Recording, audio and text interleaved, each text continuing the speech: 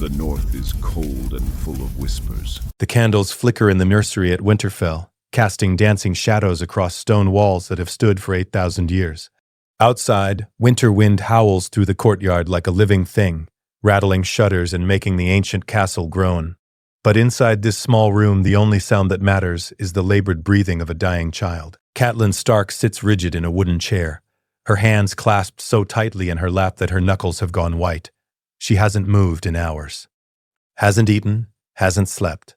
Her eyes, red-rimmed and burning, remain fixed on the small form lying in the cradle before her. Jon Snow, Ned's bastard. The boy is barely a year old, born just weeks after her own son Robb. For months she's refused to look at him, refused to touch him, refused to acknowledge his existence except as a wound in her heart, a living reminder of her husband's infidelity. When the wet nurse brings him to feed, Catelyn turns away. When Ned holds the child, she leaves the room. But tonight is different. Tonight, the boy is dying. Maester Luwin stands at the foot of the cradle, his chain clinking softly as he leans forward to check the child's pulse. His weathered face is grave, lined with concern and something else. Pity, perhaps, for the bastard boy that no one wants. My lady, his breathing has worsened. The fever shows no signs of breaking. Catelyn doesn't respond. She can't. Her throat is closed, her chest tight with something she doesn't want to name. It isn't love. It can't be love. She doesn't love this child. She hates this child. Hates what he represents. Hates that Ned brought him here, to her home, to be raised alongside her children. And yet she cannot look away from his small, flushed face, cannot stop seeing how his tiny chest struggles with each breath, cannot ignore the way his little fists clench and unclench, fighting against something he's too young to understand. He's just a baby. The thought comes unbidden, unwanted. She tries to push it away, but it persists, growing louder with each labored breath the child takes. He's just a baby. He didn't ask to be born. He didn't ask for any of this. If he survives the night, Maester Luwin continues quietly, then he will recover. But my lady, you must prepare yourself. The pox has taken stronger children than this one. The maester's words hang in the air like a death sentence. Catelyn feels them settle over her shoulders like a heavy cloak, suffocating and inescapable. If he survives the night, she should leave. She should return to her own chambers, to her own son sleeping peacefully in the nursery down the hall. Robb is healthy, strong, perfect. Her son, the true-born heir to Winterfell. That's where she belongs. Not here. Not watching over Ned's bastard as he fights for breath. But her legs won't move. The candle on the table beside her gutters, and in the sudden dimness, Jon's face seems even paler, almost translucent. His lips have taken on a bluish tinge. His breathing rattles in his chest like stones in a cup. He's dying. The realization hits her like a physical blow. This child, this baby, is dying. And no one is here. No one is holding him. No one is praying for him. The wet nurse was sent away hours ago. Maester Luwin will leave soon to check on his other patients. And Ned is in the Great Hall, dealing with some matter of justice that couldn't wait. He doesn't even know his bastard son is dying. No one cares if this child lives or dies. The thought breaks something inside her, something she didn't know was still whole. Catelyn rises from her chair on trembling legs.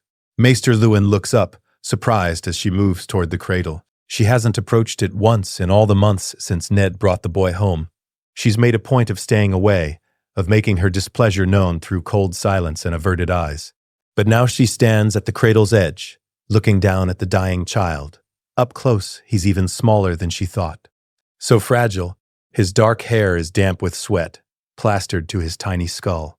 His skin burns with fever, and his eyes, when they flutter open for just a moment, are gray. Stark gray. Ned's eyes. The resemblance is undeniable. This is Ned's son, his blood, his legacy, and he's dying alone. My lady, Maester Luwin's voice is uncertain. Are you? Leave us. The words come out hoarse, barely more than a whisper, but they carry the weight of command. Maester Luwin hesitates, his chain clinking as he shifts his weight. My lady, I should stay. If the child takes a turn, I said, leave us. This time her voice is stronger. Catelyn doesn't look at him, can't tear her eyes away from the child's face. After a long moment she hears the maester's robes rustle as he bows. As you wish, my lady. I will return at first light.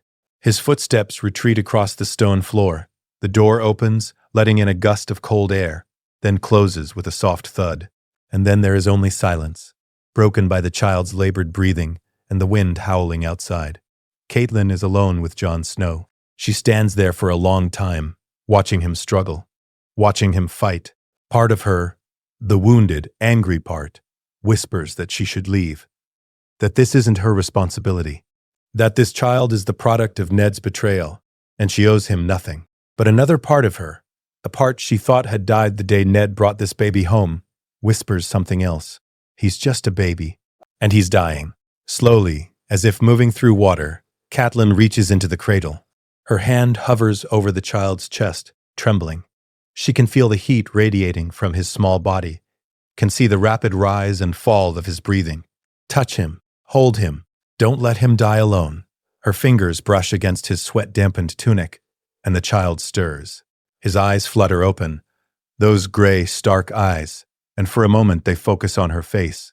There's no recognition there. How could there be? She's never held him, never touched him. To this child, she's a stranger. The thought breaks her.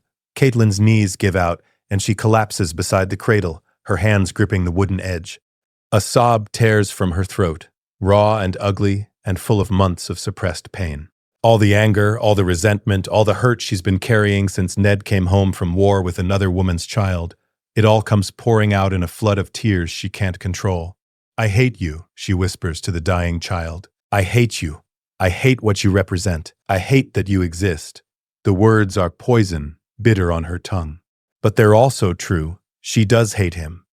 Hates him with every fiber of her being. And yet, she cannot let him die alone. Her hand moves of its own accord, reaching into the cradle to touch the child's burning forehead. His skin is so hot it almost hurts. He whimpers at her touch, a small, pitiful sound that cuts through her like a knife. Please, she whispers.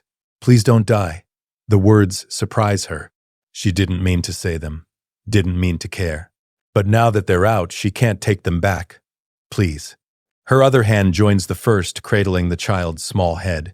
He's so light, so fragile, like a bird with hollow bones. One wrong move and he might shatter. The tears come harder now, streaming down her face and dripping onto the child's blanket. Catelyn doesn't try to stop them. She's too tired, too broken, too lost in the storm of emotions she's been holding back for so long. I don't want to love you, she tells him through her tears. I don't want to care if you live or die, but I can't just let you. She can't finish. The words dissolve into sobs that shake her entire body. She bends over the cradle, her forehead nearly touching the child's, and for the first time since Ned brought him home, she truly sees him, not as a symbol of betrayal, not as a bastard, not as a threat to her children's inheritance, just as a baby, a sick, dying baby who never asked to be born into this mess. Please, she whispers again. Please, gods, please. The prayer comes without thought, instinctive and desperate. Catelyn isn't sure which gods she's praying to, the old gods of the north that Ned worships, or the 7 she brought with her from the Riverlands. In this moment, it doesn't matter. She'll pray to anyone who will listen. Please don't take him. Please. I'll do anything. The wind howls louder outside, rattling the shutters. The candle flickers and nearly goes out, plunging the room into near darkness. In that darkness, Catelyn feels something shift inside her, something fundamental and irreversible. She thinks of the mother, one of the 7, the aspect of mercy and compassion, the protector of children, all children, even bastards, especially bastards perhaps. The unwanted, the unloved, the forgotten. Mother above, Catelyn whispers, her voice breaking. Hear my prayer. I have been cruel. I have been cold. I have turned my face from this child because of my own pain, but he is innocent. He is just a baby. Her hands tighten on the cradle's edge, knuckles white with the force of her grip. Save him. Please, Mother, save him.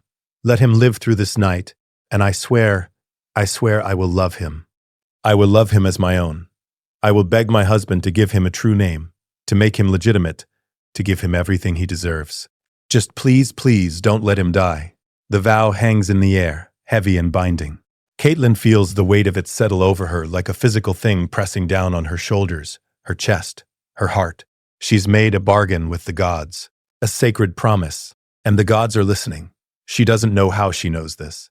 There's no voice from heaven, no sudden beam of light. But in the silence that follows her prayer, Catelyn feels something change. The air in the room seems to shift, to lighten. The oppressive weight of death that's been hanging over the cradle lifts, just slightly. Or maybe she's imagining it. Maybe it's just wishful thinking, the desperate hope of a woman who's just made a promise she's not sure she can keep. But then the child stirs. Jon's eyes flutter open again, and this time they stay open. He looks up at her with those gray, stark eyes, and for a moment, just a moment, Catelyn could swear she sees recognition there, understanding, as if the child knows what she's just promised, as if the gods have accepted her vow. "Live," she whispers to him, her tears falling onto his face. "Please, little one, live." And then, exhausted beyond measure, Catelyn does something she never thought she would do. She reaches into the cradle, gathers the burning child into her arms, and holds him against her chest. He's so small, so hot. His little body trembles against hers, and she can feel his heart beating, rapid and weak, but still beating, still fighting. "I've got you," she whispers, rocking him gently. "I've got you now. You're not alone. You're not alone anymore." She doesn't know how long she sits there, holding Ned's bastard son against her heart. Time loses meaning. The candle burns lower. The wind continues to howl. And Catelyn rocks the child, whispering prayers and promises into his damp hair. "I will love him. I will love him as my own. I will beg Ned to legitimize him. I will keep my promise." The words become a mantra, repeated over and over, until they're burned into her soul. She's made a vow to the gods, and she will keep it. She must keep it. Because if she doesn't, if she breaks this sacred promise, what will the gods do to her? To her children? To her family?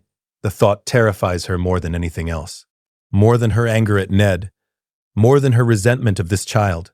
More than her fear of what legitimizing a bastard might mean for Rob's inheritance. She has made a vow, and the gods have answered. Now she must pay the price. Dawn comes slowly to Winterfell, gray and cold. The first light of morning filters through the shutters, painting the nursery in shades of silver and shadow. The candle has burned down to a stub, its flame guttering in a pool of wax. Catelyn hasn't moved. She's still sitting on the floor beside the cradle, Jon Snow cradled in her arms. Her back aches. Her arms are numb, her eyes burn with exhaustion. But the child is breathing, not the labored, rattling breaths of the night before. These breaths are deeper, steadier. The fever hasn't broken completely, but it's lower. She can feel it. The child's skin is still warm, but no longer burning. His color is better. His little fists have unclenched, and he's sleeping peacefully against her chest. He's going to live. The realization hits her like a wave, and fresh tears spring to her eyes. But these are different tears. Not tears of desperation or grief, but of relief, of gratitude. The gods answered. They actually answered. The door to the nursery opens, and Maester Luwin enters, his chain clinking softly. He stops short when he sees Catelyn on the floor, the child in her arms. "My lady, are you?" He hurries forward, his weathered face creased with concern. But when he reaches her side and looks down at the child, his expression changes. Surprise, wonder, relief. "His fever has broken," the maester says softly, reaching out to touch Jon's forehead. "By the gods, my lady, I didn't think. I thought surely." He trails off, shaking his head in amazement. Catelyn looks up at him, her face streaked with dried tears, her hair disheveled, her dress rumpled from a night spent on the floor. "He's going to live." Her voice is hoarse, barely more than a whisper. Maester Luwin nods, a smile breaking across his face. "Yes, my lady. The worst has passed. He'll need rest and care, but he should make a full recovery. He's going to live." The words echo in Catelyn's mind, mixing with the vow she made in the darkness. "I will love him as my own. I will beg Ned to legitimize him." She looks down at the child in her arms, this child she's hated for so long, and feels something shift in her chest. It's not love. Not yet. She's not sure she's capable of loving Ned's bastard, no matter what she promised, but it's something. A crack in the wall she's built around her heart. A tiny opening through which light might eventually shine. "My lady," Maester Luwin says gently, "let me take him. You should rest. You've been here all night. Catelyn's arms tighten instinctively around the child. The movement surprises her. Why doesn't she want to let him go? She should be relieved to hand him over, to return to her own chambers and her own son. But the thought of putting him down, of leaving him alone again, makes her chest tighten with something that feels uncomfortably like panic. I made a promise. I have to keep it. No, she says quietly. I'll hold him a while longer. Maester Luwin's eyebrows rise, but he doesn't argue. He simply nods and moves to check the child more thoroughly, examining his breathing, his color, his pulse. All the while, Catelyn holds Jon against her chest, feeling the steady rise and fall of his breathing. He's alive. The gods let him live. Now I have to keep my end of the bargain. The thought fills her with a mixture of determination and dread. She's made a sacred vow, and she will honor it. But how? How does she love a child she's spent months hating? How does she ask Ned to legitimize the bastard he brought home from war? How does she explain any of this without sounding like she's lost her mind? My lady, Maester Luwin says, straightening up. I should inform Lord Stark that the child has recovered. He was quite worried when I told him of the illness last night. Ned. Catelyn's stomach clenches. She'll have to face him, have to tell him what she's promised, have to ask him to do the impossible. But not yet. Not right now. Right now, she just wants to sit here and hold this child and feel grateful that he's alive. Not yet, she says softly. Let him sleep a while longer. I'll tell Ned myself. The maester looks uncertain, but he nods and withdraws, leaving Catelyn alone with Jon once more. She looks down at the child's face, peaceful now in sleep, and feels the weight of her vow pressing down on her. What have I done? But even as the thought crosses her mind, she knows the answer. She's made a promise to the gods. And Catelyn Tully was raised to honor her promises, no matter the cost, even if the cost is her pride, her anger, her resentment. Even if the cost is learning to love the one person she thought she could never forgive. The sun is high in the sky when Catelyn finally rises from the floor of the nursery. Her legs are stiff, her back aching, but she barely notices.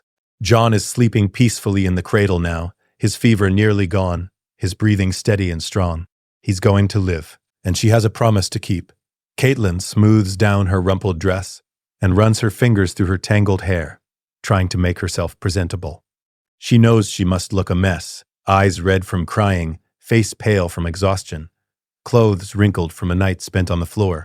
But there's no time to change, no time to compose herself. She has to find Ned, has to tell him what she's done, what she's promised. The thought makes her stomach twist with anxiety. How will he react? Will he be angry? Confused? Will he think she's gone mad? Maybe she has. Maybe spending a night praying over a dying bastard has broken something in her mind. Maybe when she wakes up tomorrow, she'll realize this was all a terrible mistake. But she doesn't think so. The vow she made feels too real, too binding. She can feel it wrapped around her heart like iron chains, pulling her forward, demanding she honor it. I will love him as my own. I will beg Ned to legitimize him. Catelyn takes one last look at the sleeping child, then turns and walks out of the nursery. The corridors of Winterfell are busy with servants going about their morning duties. They bow as she passes, their faces showing surprise at her disheveled appearance. She ignores them, her mind focused on one thing. Find Ned. Tell him. Ask him. She finds him in his solar, bent over a stack of papers, his brow furrowed in concentration. He looks up when she enters, and his expression immediately shifts to concern. Cat? What's wrong? You look. He rises from his chair, crossing the room in 3 long strides. His hands come up to cup her face, his gray eyes searching hers. Are you ill? Is it Robb? What's happened? Jon, she says, her voice barely above a whisper. It's Jon. Ned's face goes pale. His hands tighten on her shoulders. The bastard? Is he? Did he? He's alive, Catelyn says quickly. The fever broke. Maester Luwin says he'll recover. Relief floods Ned's face so profound and genuine that it makes Catelyn's chest ache. He loves this child, truly loves him. She's always known it, but seeing it so plainly written on his face makes it impossible to deny. He's Ned's son, his blood. Of course he loves him. Thank the gods, Ned breathes. I was so worried when Luwin told me last night that the boy might not survive. He breaks off, shaking his head. Then he seems to really look at her for the first time, taking in her rumpled dress, her tangled hair, her red-rimmed eyes. Cat, were you with him? All night? She nods, unable to speak past the lump in her throat. Ned's expression shifts to something she can't quite read. Surprise? Confusion? Hope? You stayed with him, he says slowly. You held vigil for John. I did. The words come out stronger than she expected. Catelyn straightens her shoulders, meeting Ned's gaze directly. I prayed for him, Ned. I prayed to the mother to spare his life. Ned's hands drop from her shoulders. He takes a step back, his face carefully neutral now. She knows that look. It's the face he wears when he's trying to hide his emotions, to keep his thoughts locked away where no one can see them. That was kind of you, he says carefully. I'm grateful. I made a vow. The words hang in the air between them, heavy with implication. Ned goes very still. What kind of vow? Catelyn takes a deep breath, steeling herself. This is it. The moment where everything changes, where she either honors her promise to the gods or breaks it and risks their wrath. There's no going back. I promised the mother that if she spared John's life, I would love him as my own, and I would beg you to give him a true name. The silence that follows is deafening. Ned stares at her as if she's grown a second head. His face has gone from pale to ashen, and she can see a muscle twitching in his jaw. You what? His voice is barely more than a whisper, but there's something in it that makes Catelyn's heart race. Not anger, something else. Something that looks almost like fear.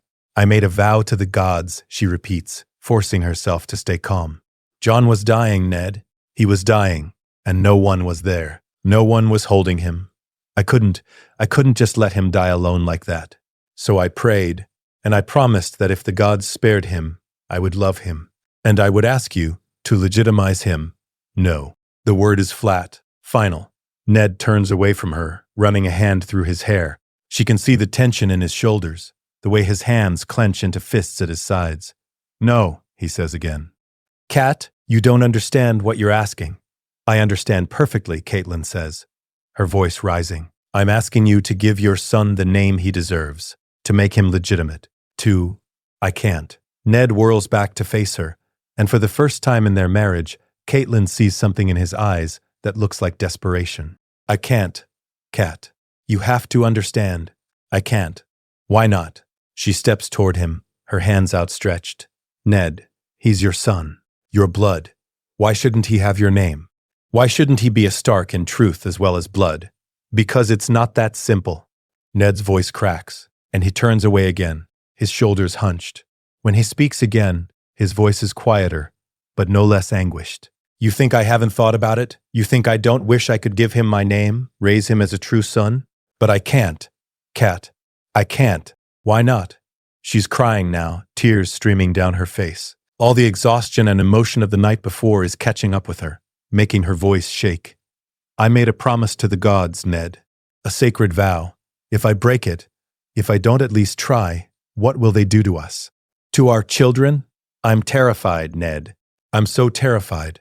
Ned closes his eyes, and she sees his throat work as he swallows hard. When he opens them again, there's a pain in his gaze that makes her chest ache. I can't legitimize him, Cat. Only the king can do that. And Robert, he breaks off, shaking his head. Catelyn feels her heart sink. Robert would never agree, she says slowly, understanding dawning. You'd have to ask him, and he'd want to know why. He'd ask questions about John's mother, about where he came from. Ned doesn't respond, but the look on his face is answer enough. Catelyn feels the weight of her vow pressing down on her even harder now. She's promised to ask Ned to legitimize John, but Ned can't do it. Not without risking… What? What is he so afraid of? What secret is he keeping about this child? The thought comes unbidden, and once it's there, she can't shake it. There's something Ned isn't telling her. Something about John's mother, about where he came from, about why Ned brought him home in the first place. Something that makes legitimization impossible. Then what do I do? She asks, her voice breaking. I made a vow, Ned. I promised the gods. How do I keep that promise if you won't help me? Ned is silent for a long moment, his face drawn with conflict. She can see him thinking, weighing options, trying to find a solution to an impossible problem. Finally, he speaks. You said you promised to love him as your own. Yes. And to ask me to legitimize him. Yes. Ned nods slowly, as if coming to a decision. Then you've kept half your promise already. You asked me. I'm saying no. That's not your fault, Cat. You can't control what I do. But the other half, loving him as your own, that you can do. Catelyn stares at him, trying to understand what he's suggesting. You want me to love him, but not legitimize him? I want you to raise him as if he were legitimate, Ned says carefully. Treat him as you would Rob. Give him a place at your table. Include him in the family. Love him, if you can. But his name, his legal status, that has to stay as it is. For his own protection. Protection from what? The question slips out before she can stop it.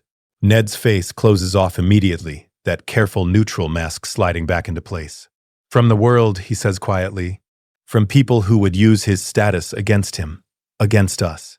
Please, Cat. Trust me on this. I can't explain more than that. But I need you to trust me. Catelyn looks at her husband. This man she's been married to for over a year. This man she's borne a son for. This man she thought she was beginning to understand. And realizes she doesn't know him at all. There are secrets in his eyes. Secrets he won't share. Not even with her. But there's also pain. And fear. And a desperate plea for her to trust him, even when he won't tell her why. I made a vow to the gods. I have to keep it, one way or another. All right, she says finally. I'll do as you ask. I'll raise him as my own. I'll love him as I promised. But Ned, she steps forward, placing her hand on his chest, feeling his heart beating beneath her palm. If this secret of yours ever puts our children in danger, I will never forgive you. Ned covers her hand with his own, his gray eyes solemn. I swear to you, Cat, everything I do is to protect our family. All of them. Including John. The words echo in her mind as she nods and steps back. She's made her choice. She'll honor her vow to the gods by loving John as her own, even if she can't give him the Stark name. She'll raise him in the light, not the shadows. She'll make him part of the family, even if the world still calls him bastard. It's not what she promised. Not exactly. But it's the best she can do. And she has to hope the gods will accept it. The next morning, Catelyn walks into the nursery, where John sleeps, his fever finally broken, his small chest rising and falling with steady breaths. The wet nurse is there, preparing to feed him, but Catelyn waves her away. I'll do it, she says quietly. The wet nurse's eyes widen in surprise, but she doesn't argue. She simply hands Catelyn the bottle and withdraws, leaving her alone with the child. Catelyn stands there for a long moment, looking down at Jon Snow.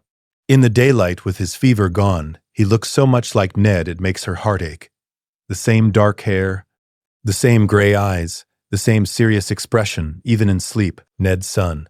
Slowly, carefully, she reaches into the cradle and lifts the child into her arms. He's warm and solid, heavier than he looked. He stirs at her touch, his eyes fluttering open, and for a moment they just look at each other. Gray eyes meeting blue. Bastard and lady. Mother and son. Hello, little one, Catelyn whispers. I'm sorry I wasn't here before. I'm sorry I turned away from you, but I'm here now, and I'm not going anywhere. The child doesn't understand, of course. He's too young, but he seems to sense something because he doesn't cry. He just looks at her with those solemn gray eyes, as if he's trying to figure out who she is. I'm your mother now, or as close to one as you'll ever have. Catelyn settles into the rocking chair and begins to feed him, watching as he drinks hungrily. It's strange holding him like this. Strange and uncomfortable, and yet somehow, right. She thinks of her vow, of the promise she made in the darkness, of the bargain she struck with the gods. I will love him as my own. She doesn't love him yet. She's not sure she ever will. But she's here. She's holding him. She's feeding him and caring for him and making sure he knows he's not alone. It's a start. And for now, that will have to be enough. 3 years later, the great hall of Winterfell is alive with noise and warmth. Servants bustle between tables, carrying platters of roasted meat and fresh bread. Lords and ladies from nearby holdfasts have gathered for a small feast celebrating the name day of Lord Stark's sons, both of them. Catelyn sits at the high table, Robb on one side of her and Jon on the other. The two boys are nearly identical in their gray wool tunics embroidered with the Stark direwolf. Both have dark hair, though Robb's is more auburn like hers. Both have gray eyes. Both are laughing and talking, their heads bent together as they whisper about something only they find funny. To anyone watching, They look like brothers, true brothers, and in a way they are. Catelyn reaches out and smooths Jon's hair, a gesture that's become automatic over the past 3 years. The boy looks up at her and grins, his face smeared with gravy. Mother, Rob took my bread. Did not. Did too. Catelyn can't help but smile at their bickering. It's so normal, so ordinary. These are just two boys being boys, fighting over food and toys and who gets to sit closest to father, mother. Jon calls her mother now, has for over a year. The first time he said it, Catelyn had frozen, unsure how to respond. But Ned had smiled and nodded encouragingly, and so she'd smiled back and said, "Yes, my sweet boy?" And just like that, she'd become Jon Snow's mother. Not legally, but in every way that matters to a small child. "Boys," she says now, her voice carrying just enough authority to cut through their argument. "There's plenty of bread for both of you, and if you don't stop fighting, you'll both go to bed without dessert." That threat works immediately. Both boys straighten up, their eyes wide. "Sorry, Mother," they chorus together. Catelyn hides her smile behind her cup of wine. Across the table, Ned catches her eye and winks. He looks happy, happier than she's seen him in years. Having Jon at the high table, included in family celebrations, treated as a true son, it's lifted a weight from his shoulders that she didn't even realize he was carrying. And if she's honest with herself, it's lifted a weight from hers too. She still doesn't love Jon. Not the way she loves Rob. But she cares for him, worries about him, takes pride in his accomplishments. When he falls and scrapes his knee, she's the one who cleans the wound and kisses it better. When he has nightmares, she's the one who holds him until he falls back asleep. She's his mother, maybe not by blood, maybe not by choice, but by vow. And she's keeping that vow, my lady, a voice says beside her. She looks up to find Maester Luwin standing there, his expression warm. I must say it does my heart good to see the boys so happy together. Catelyn nods, watching as Rob and Jon start arm wrestling, their faces red with effort. They're inseparable, she says softly. Sometimes I forget they're not. She stops herself, but Maester Luwin understands. He's been at Winterfell long enough to remember when Catelyn wouldn't even look at Jon, let alone sit him at her table. You've done a remarkable thing, my lady, the Maester says quietly. Not many women would have the strength to do what you've done. Catelyn doesn't respond. She's not sure it's strength that's driven her. Fear, maybe. Fear of breaking her vow. Fear of what the gods might do if she doesn't honor her promise. But also, something else. Something she doesn't have a name for yet. She looks at Jon, at his bright smile, his gray eyes, his small hands gripping Rob's as they wrestle, and feels that strange warmth in her chest again. The same warmth she felt the night she held him through his fever, the night she made her vow. Maybe this is what love feels like when it grows slowly, when it's not instant and overwhelming, but gradual and hard-won. Maybe. 5 years later, the training yard at Winterfell rings with the sound of wooden swords clashing. Rob and Jon circle each other, both breathing hard, both grinning with the fierce joy of competition. They're 10 years old now, nearly grown, and already showing signs of the men they'll become. Rob is taller, broader, with the build of a warrior. Jon is leaner, quicker, with a grace that makes his movements look almost like dancing. They're evenly matched, and they both know it. Catelyn watches from the covered walkway, Sansa at her side.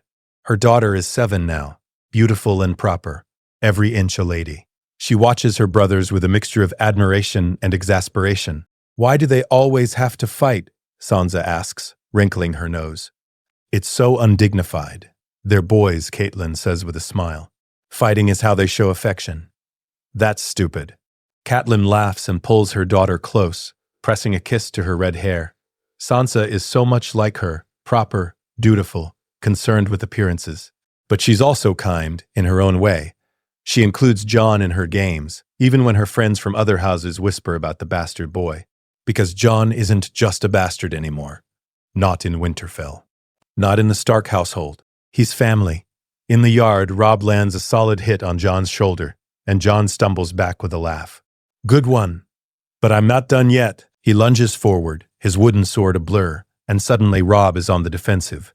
The watching guards cheer and call out encouragement. Ser Roderick Cassel, the master-at-arms, watches with his arms crossed and a satisfied smile on his weathered face. The boys are well matched, my lady, he'd told Catelyn just last week. Young Rob has the strength, but Jon has the speed. They push each other to be better. It's good for them both. Catelyn had agreed. She's seen how the boys drive each other, how they compete and challenge and support each other in equal measure. They're not just brothers, they're best friends. And Jon has flourished under her care.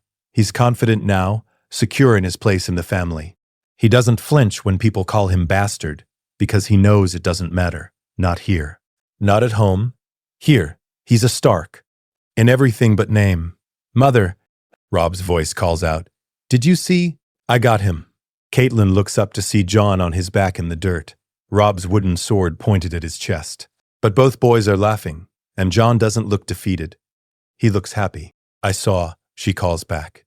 Well done, Robb. But Jon, you left your left side open.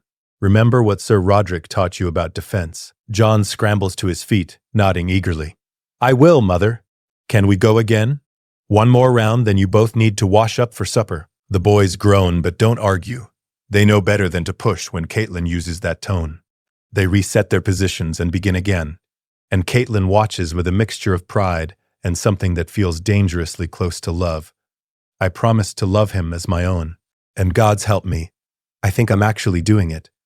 The thought should terrify her. For years, she's held on to her anger at Ned, her resentment of Jon's existence. It's been a shield, protecting her from the pain of her husband's betrayal. But somewhere along the way, between the midnight feedings and the scraped knees and the bedtime stories, that shield has crumbled, and underneath it, she's found something unexpected. Not forgiveness, exactly. She's not sure she'll ever fully forgive Ned for bringing his bastard home. But acceptance, understanding, and yes, love, for Jon, if not for the circumstances of his birth. He's gotten so big, Sansa says beside her, watching Jon parry one of Robb's strikes. Do you think he'll be as tall as father? Maybe, Catelyn says. He has the Stark build. And the Stark face, Sansa adds. Sometimes I forget he's not. She stops, glancing up at Catelyn uncertainly. But Catelyn just smiles and squeezes her daughter's hand. He is a Stark, she says firmly. In all the ways that matter. And she means it. 5 years later, Theon Greyjoy stands in the shadows of the covered walkway, watching the Stark family gather in the courtyard. They're preparing for some celebration or another. He stopped keeping track. There's always something to celebrate in Winterfell. Name days, victories, harvests. The Starks find joy in everything, and he's not part of it. Oh, they include him. They're too polite not to. But Theon can feel the difference. He's not family. He's a ward. A hostage, if he's being honest with himself. A living reminder of his father's failed rebellion. He watches as Catelyn Stark fusses over Jon Snow, straightening his collar and smoothing his hair. The bastard? No, he's not supposed to call him that anymore. Not out loud, anyway. Lady Stark gets that look in her eyes when anyone calls Jon a bastard. The same look she gets when someone insults one of her trueborn children. It's wrong. All of it is wrong. Jon Snow should be in the shadows where he belongs, not standing at Robb's side like an equal. He should be eating in the kitchens with the servants, not at the high table with the family. He should be wearing rough-spun wool, not fine clothes embroidered with the Stark direwolf. But Lady Stark treats him like a son. Lord Stark treats him like a son. And Robb treats Jon like he's the most important person in the world, which leaves Theon where, exactly. He's the son of a lord, the heir to the Iron Islands, even if his father doesn't want him back. He should be the one standing at Robb's side. He should be the one included in every family moment, every celebration, every decision. But instead, it's Jon. Always Jon. Theon, a voice says behind him. He turns to find Robb approaching, a smile on his face. There you are. We're about to start. Come on. Robb claps him on the shoulder, friendly and warm, and Theon forces himself to smile back. Because that's what he does. He smiles and jokes and pretends everything is fine. But it's not fine. He follows Robb into the courtyard, where the family is gathering. Lord and Lady Stark stand together, their children arranged around them. Robb and Jon side by side, as always. Sansa, beautiful and proper. Arya, wild and laughing.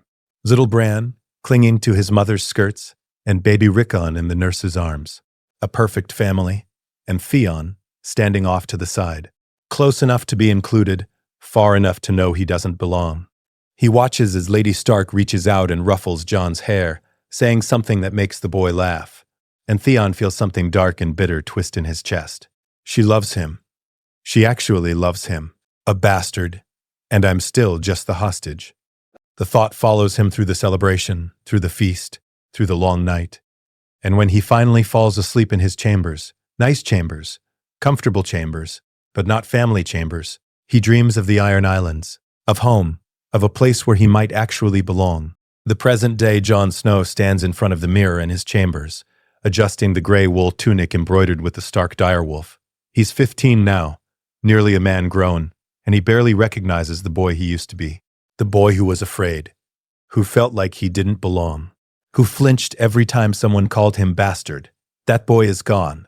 In his place is someone confident, someone secure, someone who knows exactly where he belongs. Home. I belong at home, with my family. There's a knock at his door, and Robb pokes his head in. Ready, the royal caravan will be here within the hour. Jon nods, taking one last look at himself in the mirror.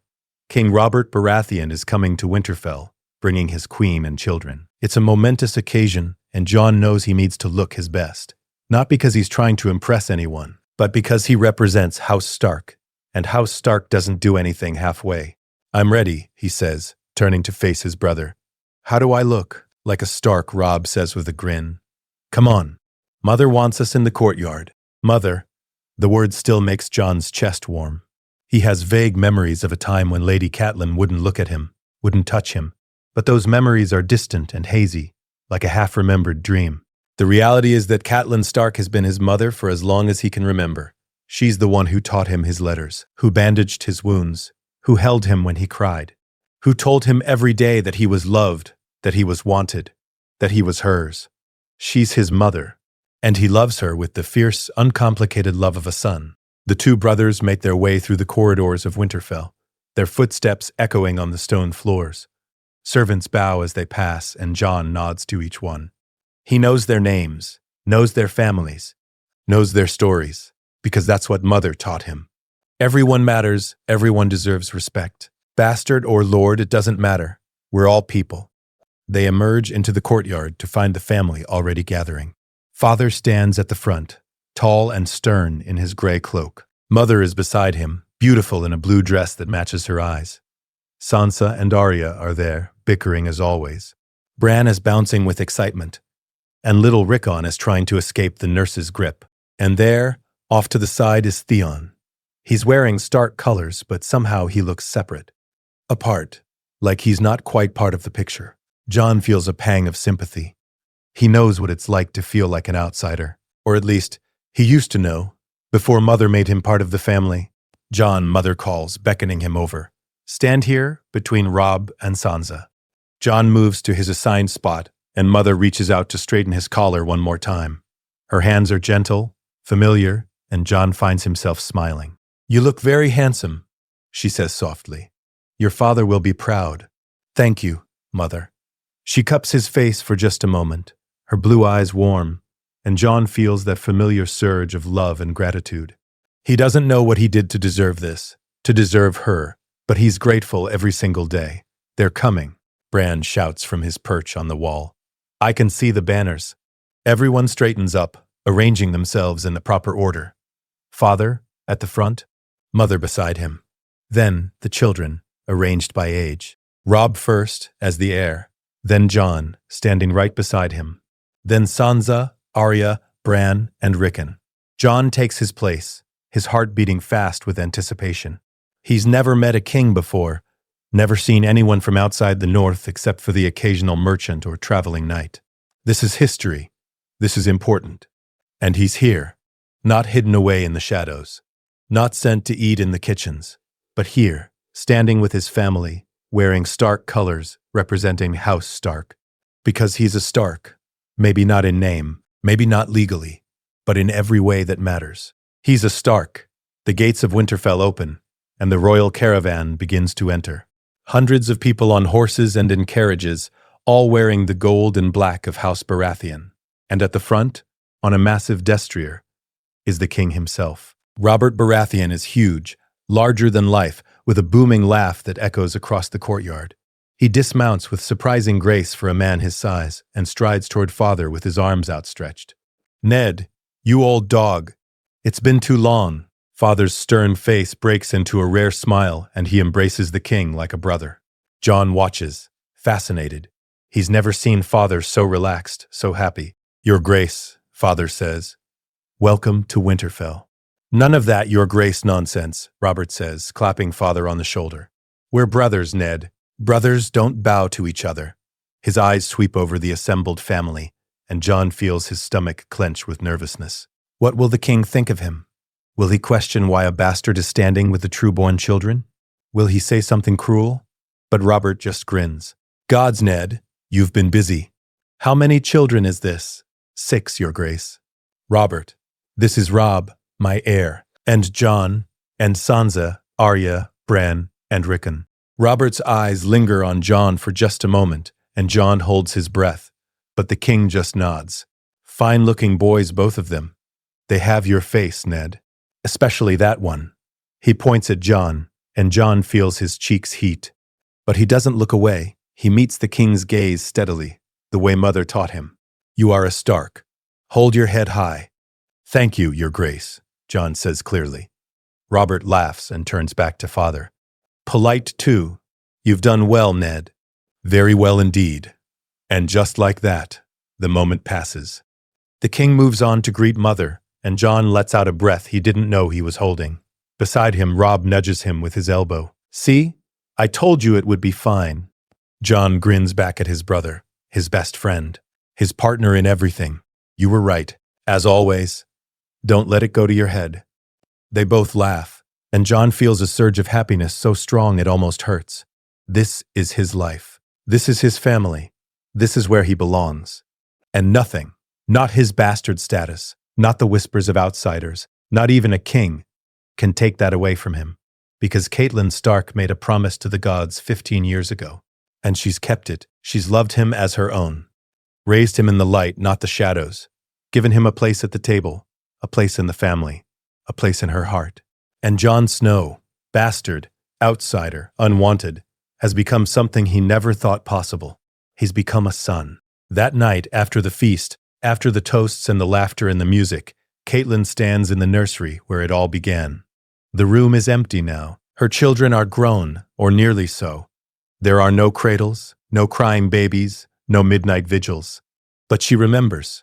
She remembers the night she sat on this floor, holding a dying child, making a desperate promise to gods she wasn't sure were listening. Save him, and I will love him as my own. She'd kept that promise. It hadn't been easy.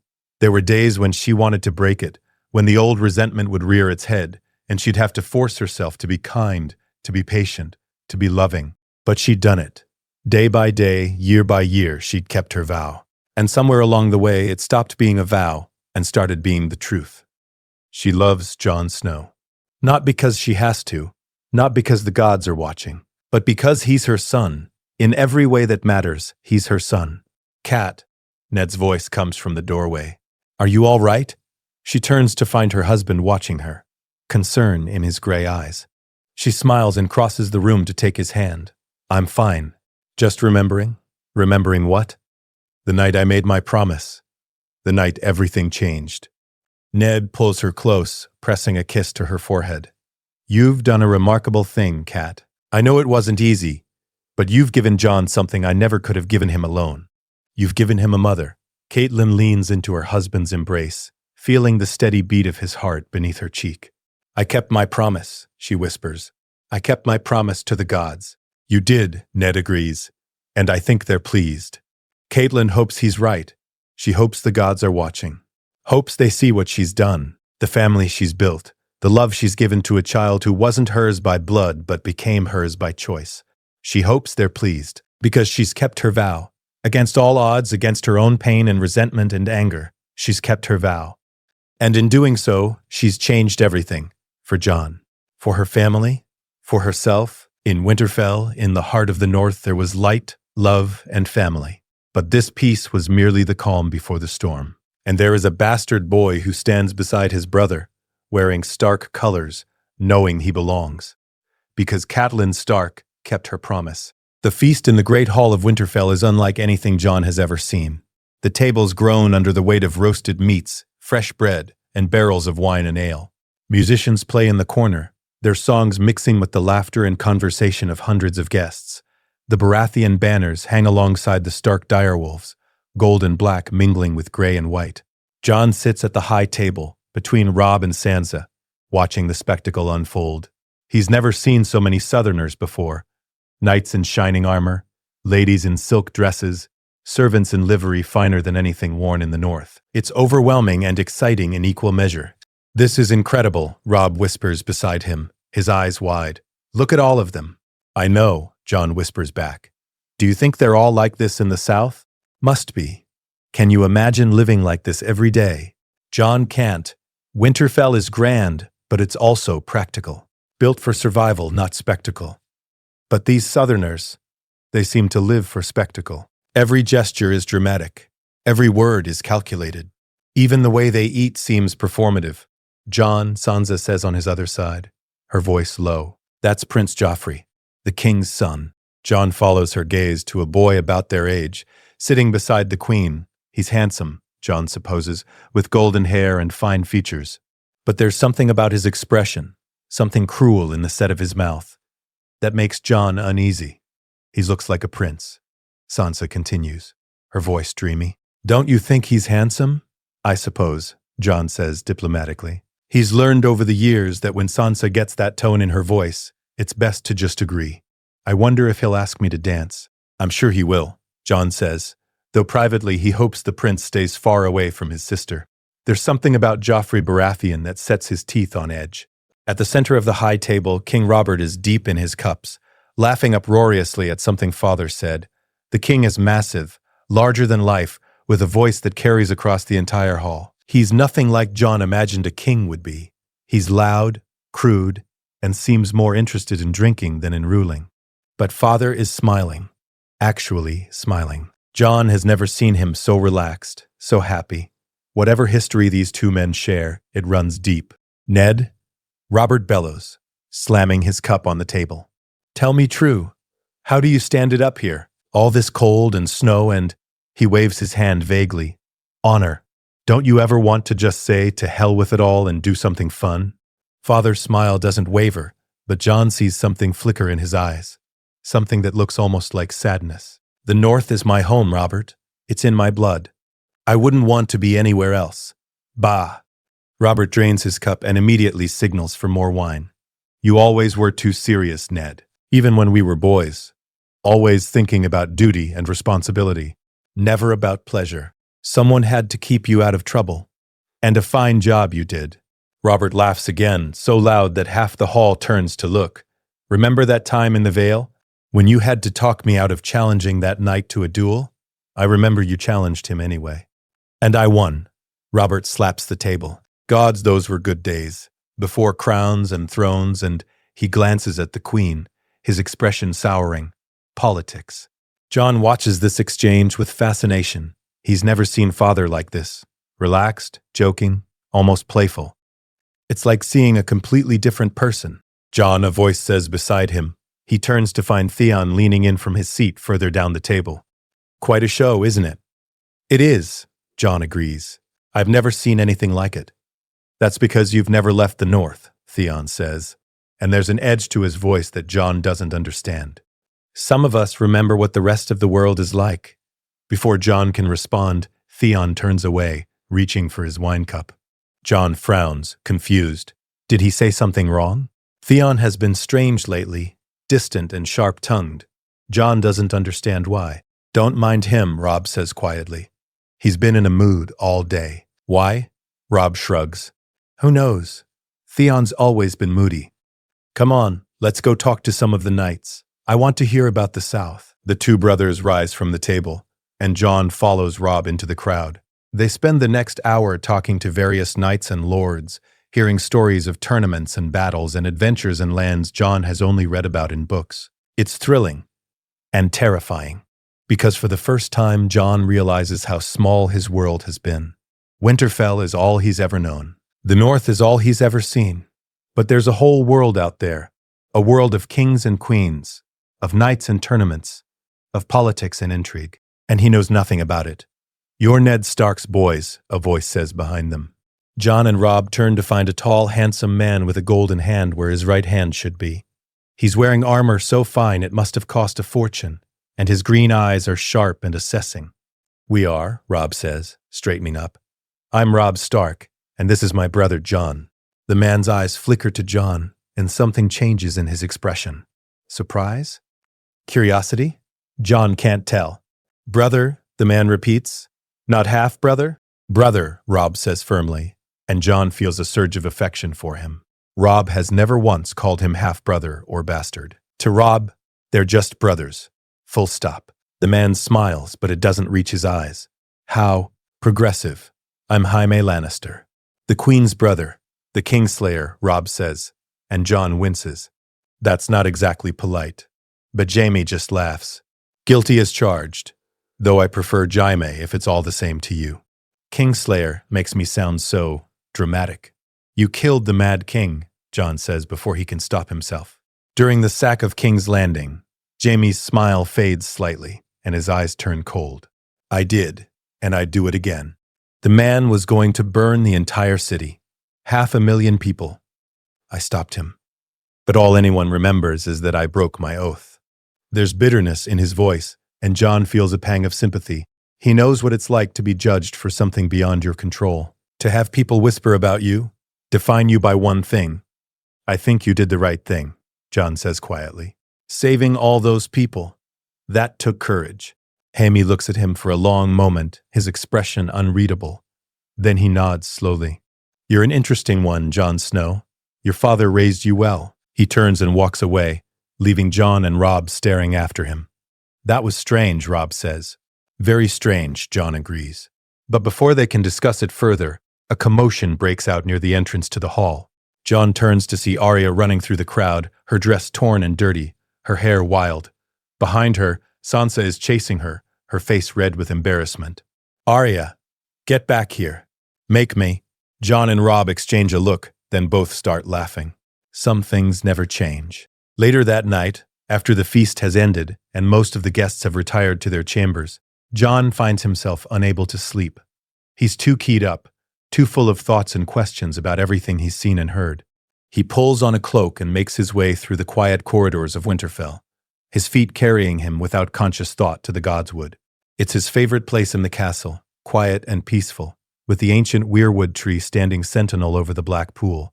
But when he arrives, he finds he's not alone. Father is there, kneeling before the heart tree, his head bowed in prayer. John hesitates, not wanting to intrude, but Father must hear him because he looks up. "John, come here, son." John crosses the Godswood and kneels beside his father. They sit in silence for a long moment, the only sound the whisper of wind through the leaves. "Couldn't sleep?" Father asks finally. "No," John admits. "Too much to think about." Father nods, understanding. It's a lot to take in. All these strangers in our home. All these new faces and voices. Father John says hesitantly, "Can I ask you something?" "Always. Why did the king come here?"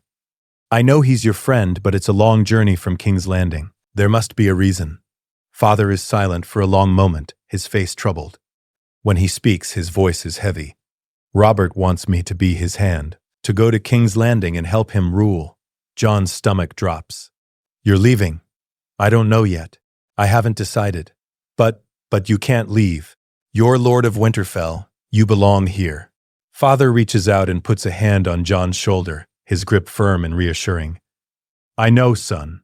Believe me, I know. But Robert is my friend. My brother, in all but blood. And he needs help. The realm needs help. What about us? What about Mother and Rob and—" John breaks off, suddenly afraid. What if Father leaves and doesn't come back? What if something happens to him in the south? What if— "John," Father says gently, "look at me." John meets his father's gray eyes, so like his own. "Whatever I decide, you are my son. You will always be my son. And you will always have a place here, at Winterfell. Do you understand?" John nods, but his throat is tight with emotion. Father pulls him into a hug, and John clings to him, suddenly feeling like a child again. "I'm scared," he whispers. "I know. So am I." They sit there for a long time, father and son, beneath the watching eyes of the old gods. And John tries not to think about what it would mean if Father left. if the family was split apart, if everything changed, because change is coming. He can feel it in the air, like the first chill of winter, and there's nothing he can do to stop it. The next morning, Jon wakes to find the castle in an uproar. Bran has fallen from the broken tower and lies unconscious in his bed, his life hanging by a thread. Jon runs through the corridors, his heart pounding, and bursts into Bran's chamber to find Mother sitting beside the bed, holding Bran's small hand. Her face is pale, her eyes red from crying, and she doesn't look up when Jon enters. "Mother," Jon says, his voice breaking. "Is he—" "He's alive," Mother says, her voice hollow. "But Maester Luwin doesn't know if he'll wake up, or if he does, whether he'll ever walk again."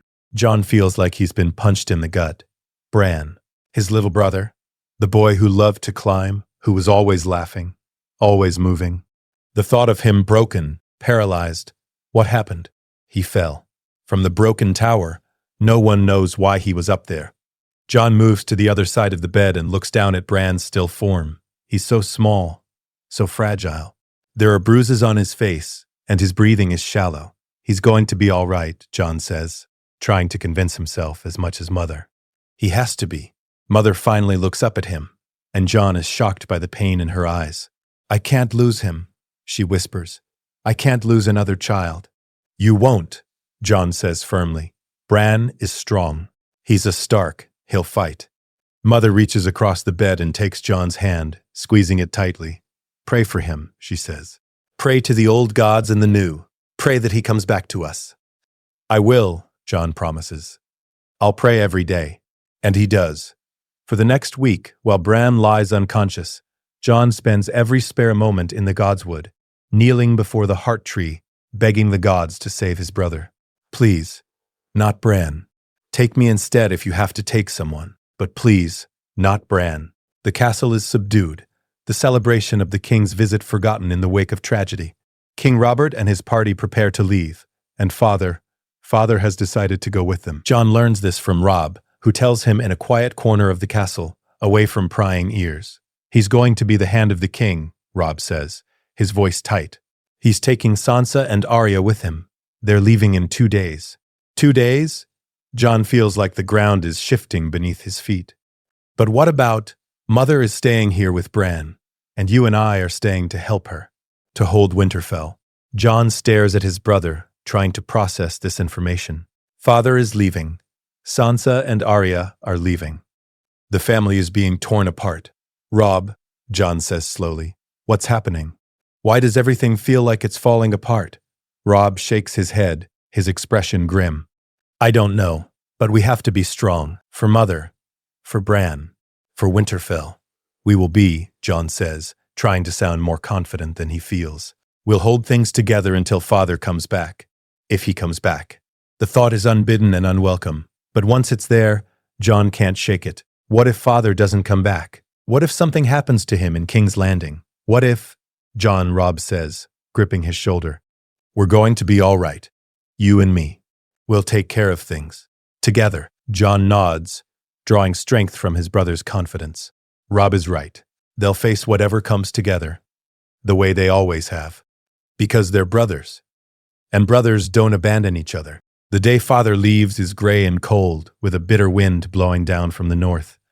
The entire household gathers in the courtyard to see them off. Father, Sansa, Arya, and a contingent of Stark guards. Mother isn't there. She hasn't left Bran's side since the accident, and Jon doesn't blame her. If he could, he'd stay with Bran too. But someone has to represent the family, so he stands beside Robb, trying to look strong and composed. Father approaches them, his face grave. He's wearing his traveling clothes and his sword.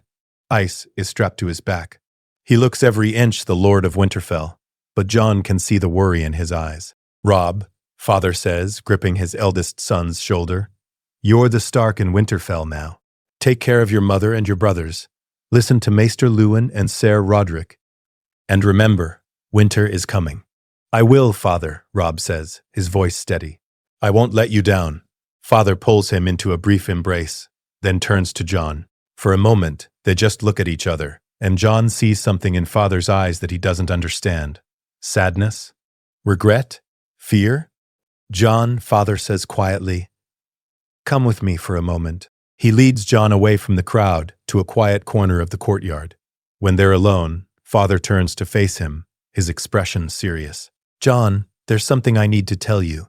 Something I should have told you years ago. Jon's heart starts to pound. What is it? Father hesitates, and Jon can see him struggling with something. Finally, he speaks. Your mother. I know, Jon interrupts. You can't tell me about her. You've never been able to tell me. It's all right, Father. I understand. No, Father says, his voice rough. You don't understand. Jon, But before he can finish, a shout goes up from the gates. Something is happening. Father's expression shifts from conflicted to alert in an instant. We'll talk about this later, he says. When I return from King's Landing. I promise you, Jon. I'll tell you everything. All right, Jon says, though he's burning with curiosity. What was Father going to say? What secret has he been keeping all these years? Father pulls him into a tight embrace, and Jon clings to him, suddenly afraid. Be safe, Jon whispers. Please come back. I will, Father promises. Take care of your mother and brothers. And Jon, he pulls back, looking Jon in the eye. You are a Stark. You might not have the name, but you have the blood. Never forget that. I won't, Jon says, his throat tight. Father nods, then turns and walks back to where his horse is waiting. Jon watches as he mounts, as Sansa and Arya are helped into the carriage, as the entire party begins to move toward the gates. Robb comes to stand beside him, and together they watch their father ride away. He'll be back, Robb says quietly. Before we know it, I hope so, Jon says. But deep down, he has a terrible feeling that nothing will ever be the same again. The weeks that follow Father's departure are strange and difficult. Winterfell feels empty without him, without Sansa's chatter and Arya's wildness. The castle is too quiet, too subdued, and Bran still hasn't woken up.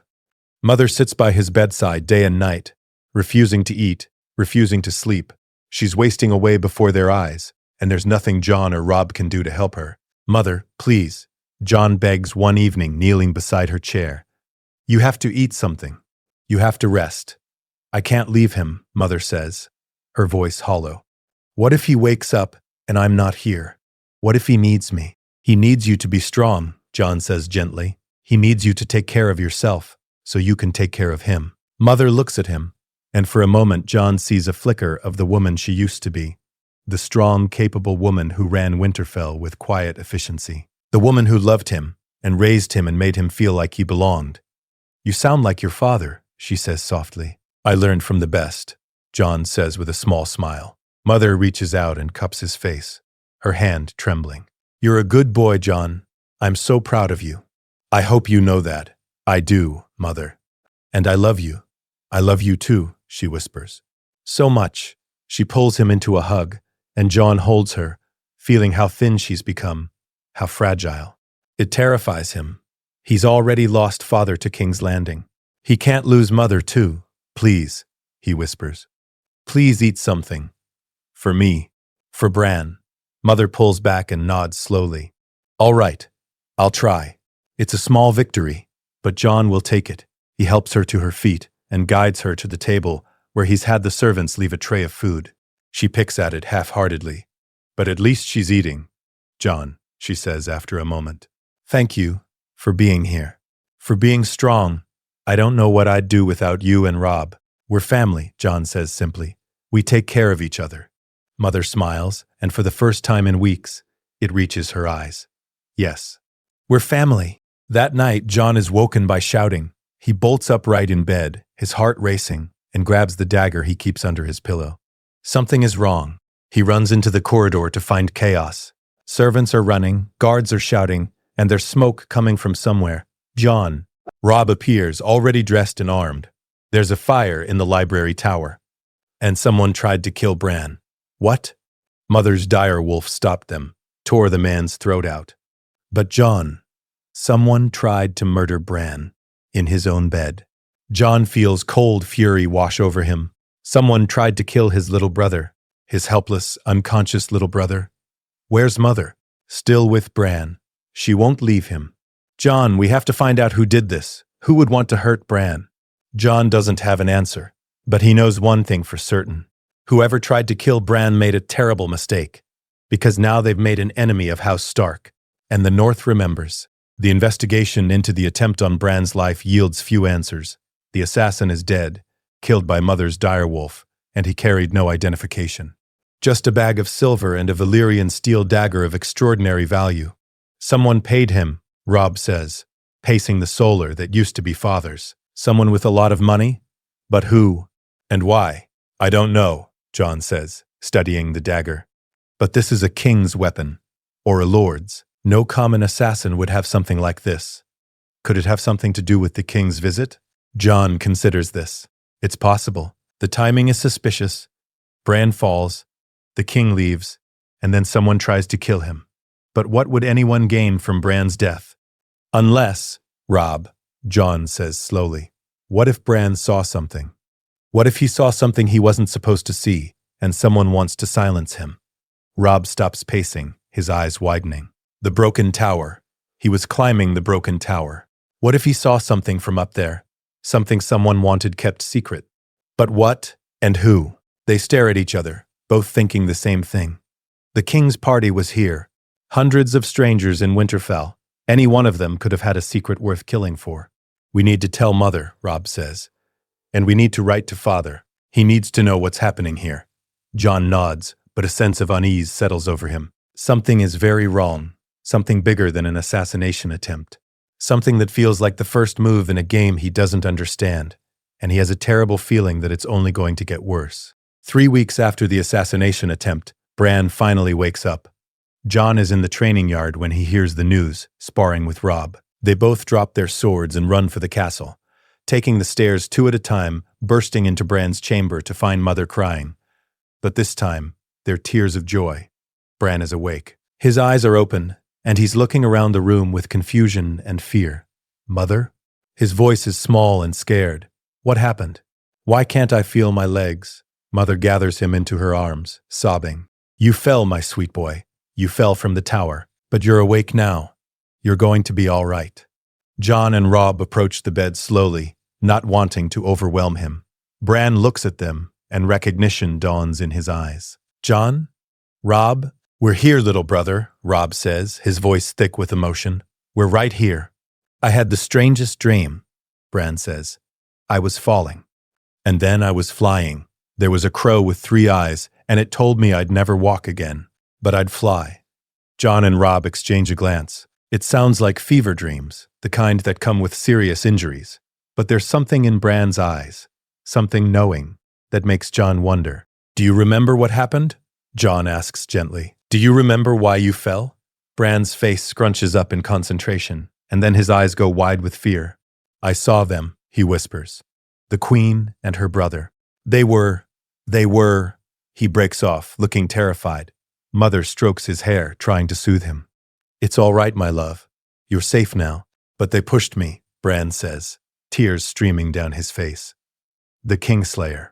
He pushed me out the window. He said, the things I do for love. And then he pushed me. The room goes deathly silent. Jon feels like he's been turned to ice. The Kingslayer. Jaime Lannister. The Queen's brother. He pushed Bran out the window. Are you certain? Robb asks, his voice deadly calm. Bran, are you absolutely certain? Bran nods, still crying. I saw them, the Queen and the Kingslayer. They were together, doing things. And he saw me watching, and he pushed me. Mother's face has gone white. She looks at Jon and Robb, and Jon can see the same realization dawning in her eyes that's dawning in his. The Queen and her brother, together, and they tried to kill Bran to keep their secret. We have to tell Father, Jon says. Right now, we have to send a raven to King's Landing. No, Mother says sharply. We can't. If the Lannisters find out that Bran remembers, they'll try again. They'll kill him. They'll kill all of us. Then what do we do? Robb demands. We can't just let them get away with this. Mother stands, and Jon sees the steel return to her spine. The strength that's been missing since Bran's fall. She's Lady Catelyn Stark again, and she's ready to fight. We keep Bran safe. We tell no one what he remembers. No one outside this room. And I go to King's Landing myself. I'll tell Ned in person. Warn him about the Lannisters. and we'll figure out what to do from there. You're leaving? Jon asks, his heart sinking. Mother comes to him and takes his face in her hands. I have to. Your father is in danger. He's surrounded by Lannisters, and he doesn't know what they're capable of. I have to warn him. Then I'm coming with you, Jon says immediately. No, I need you here. You and Robb.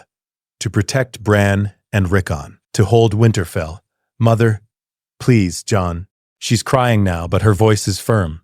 I need to know my children are safe. I need to know you're here, protecting them.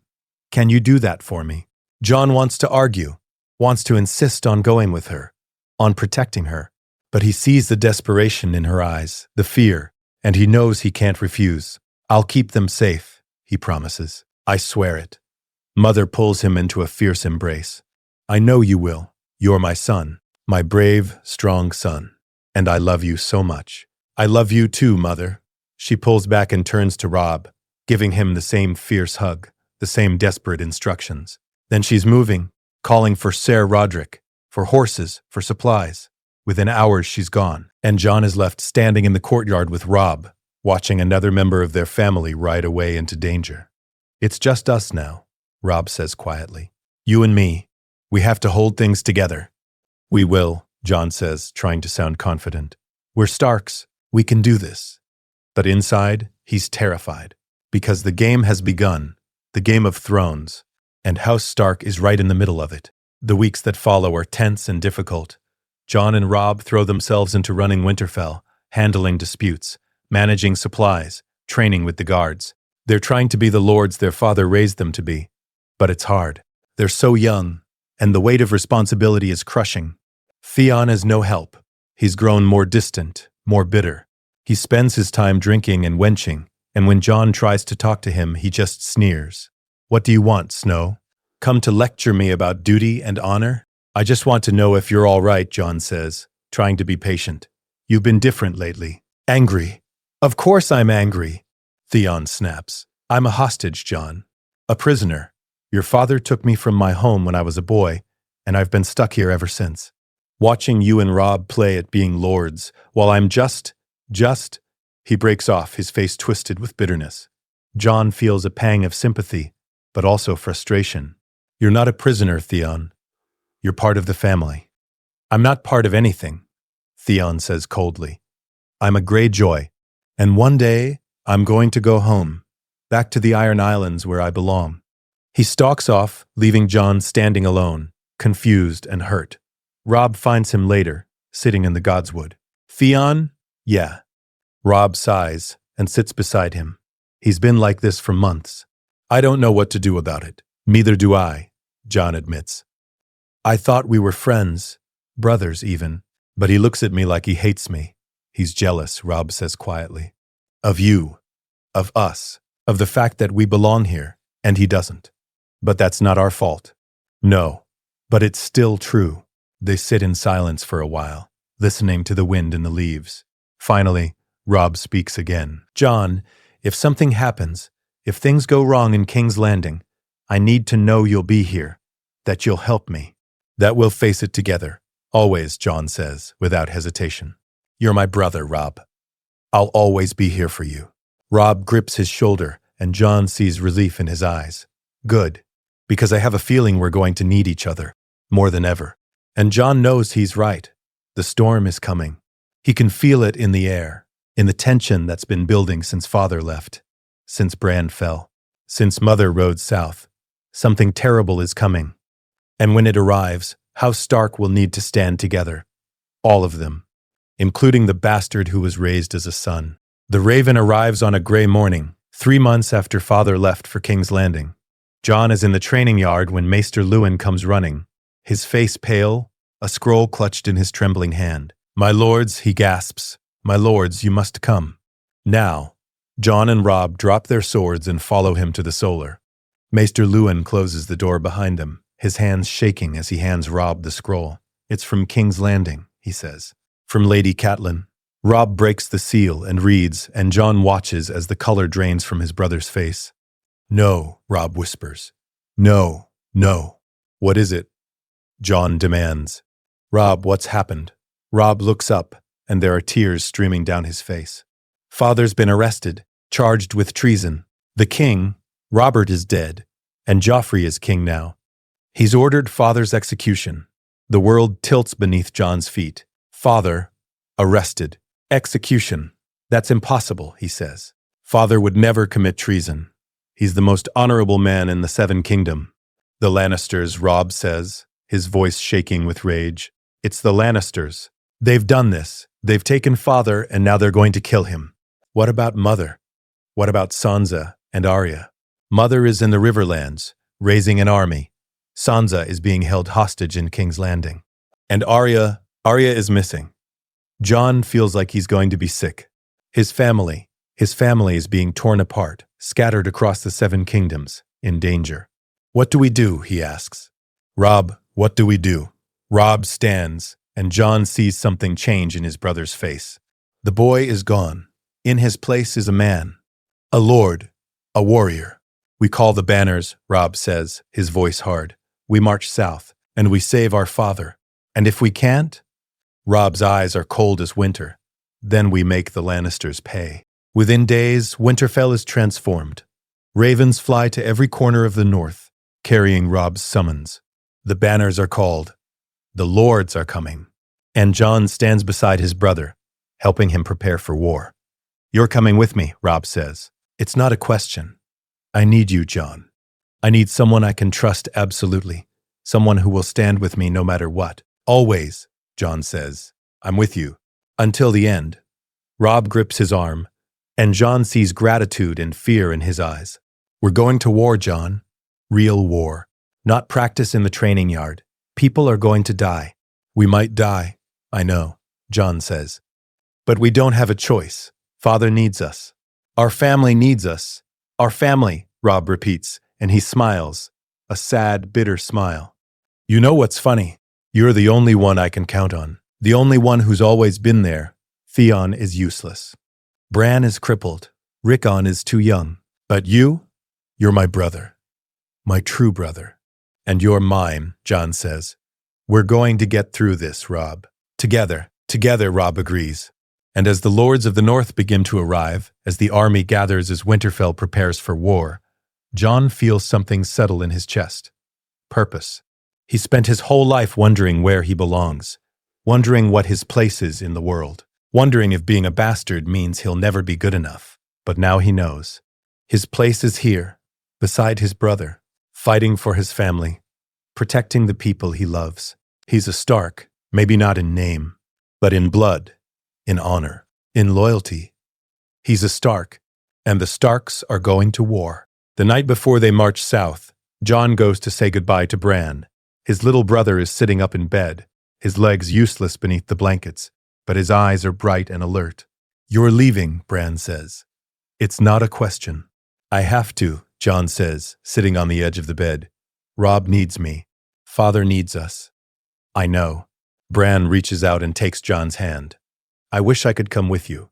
I wish I could fight.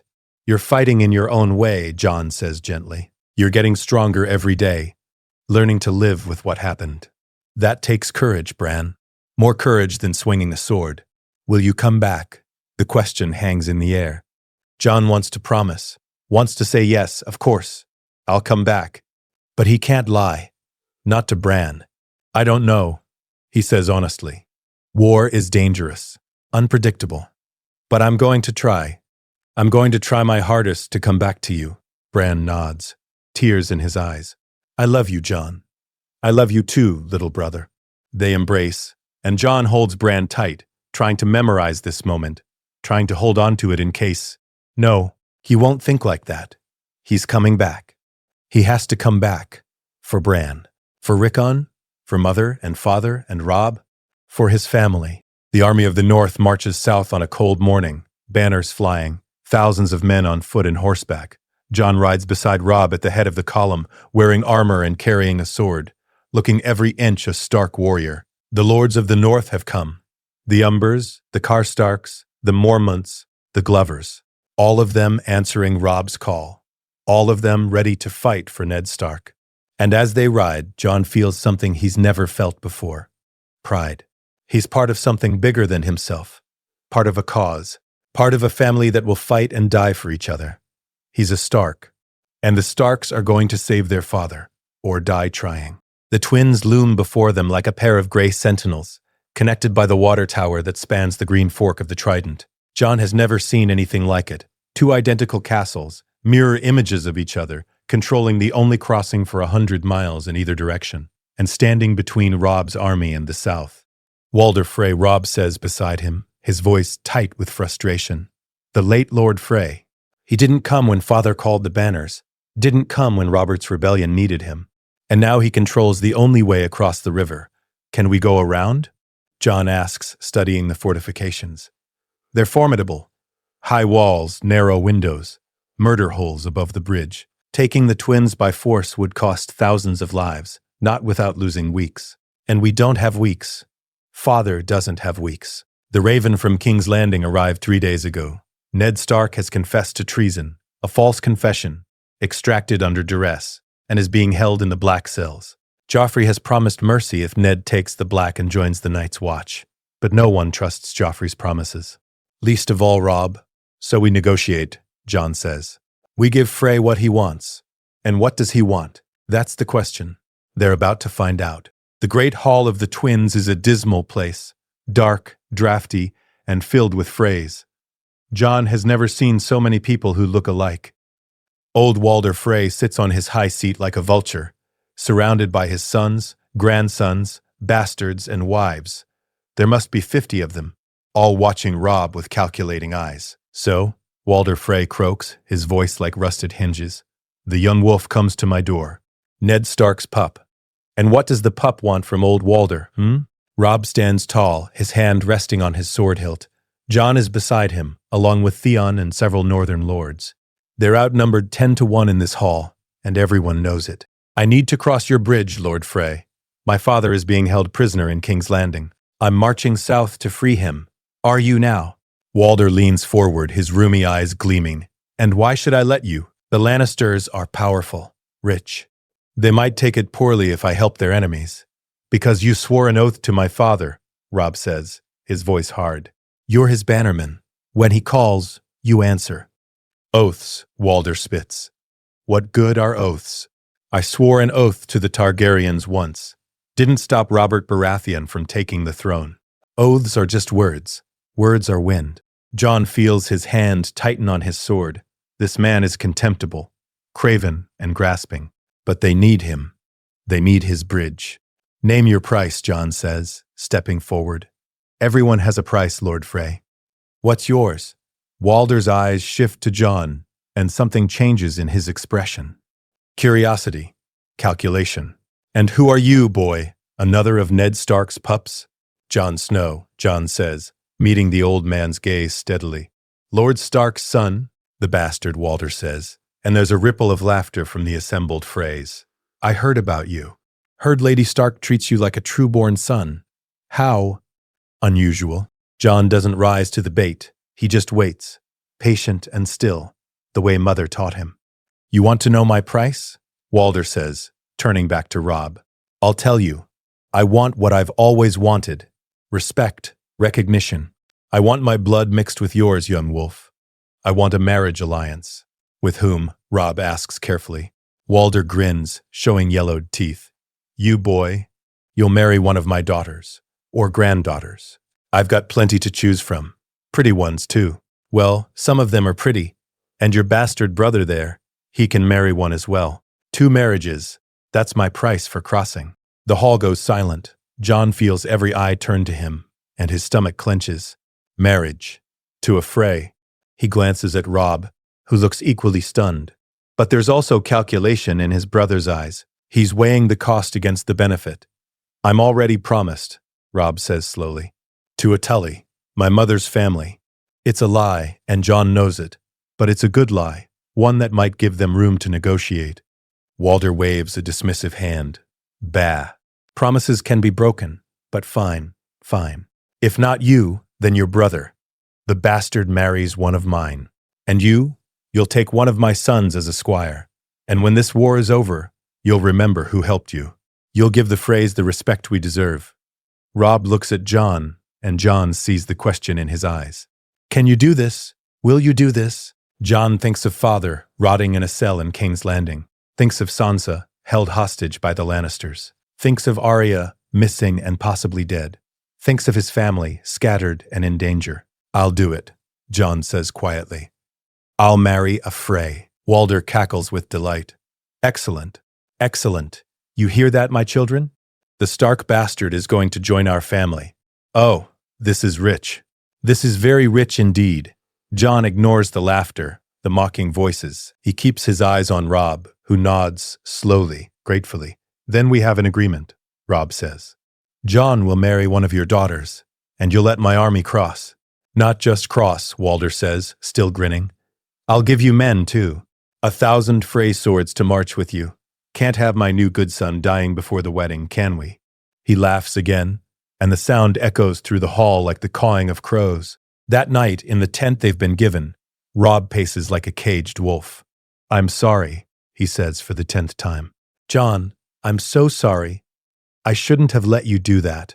You didn't let me do anything, Jon says calmly. I chose. For the family.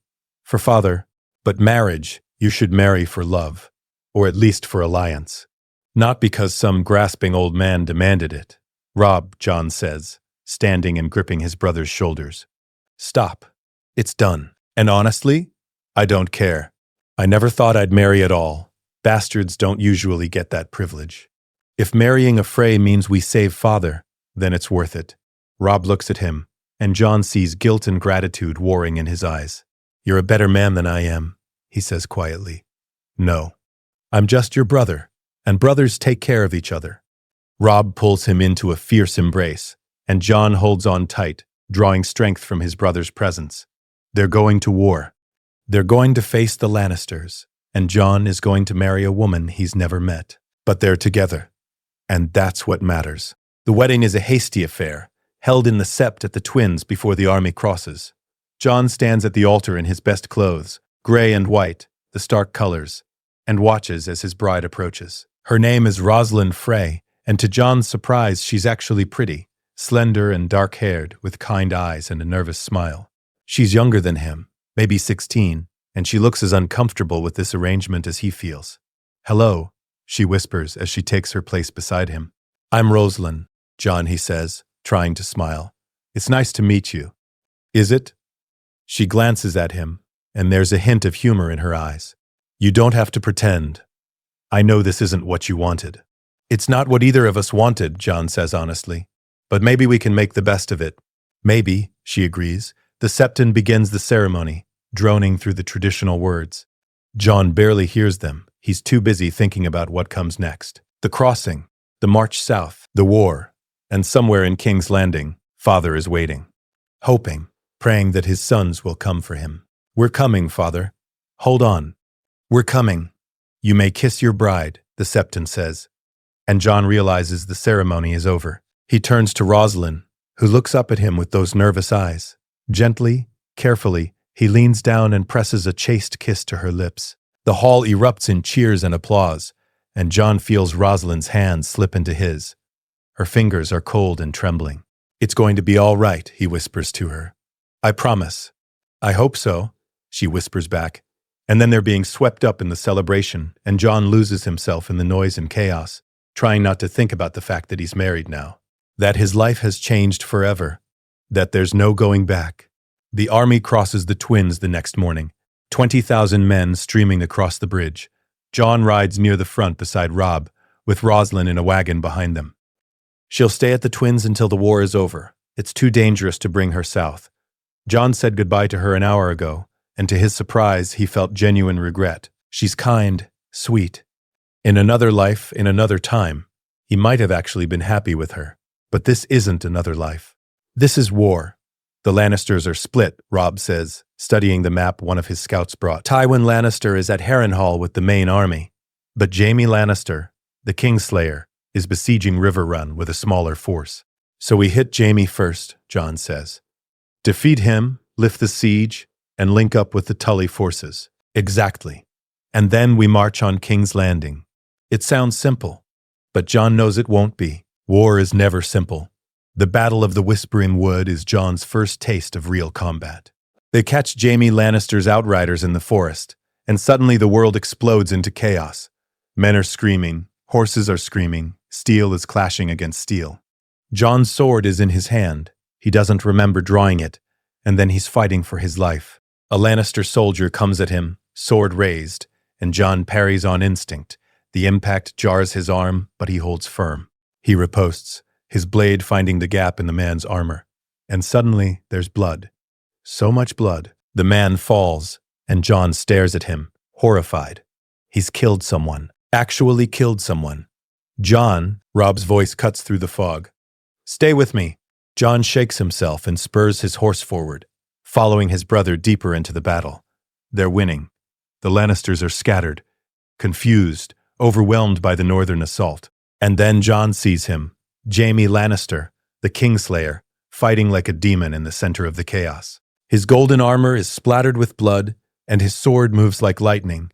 He's cut down 5 northern soldiers already, and he's laughing. Actually laughing. That's him. Robb shouts, "Take him alive." We need him alive. Jon spurs his horse forward, and suddenly he's face to face with the man who tried to kill Bran.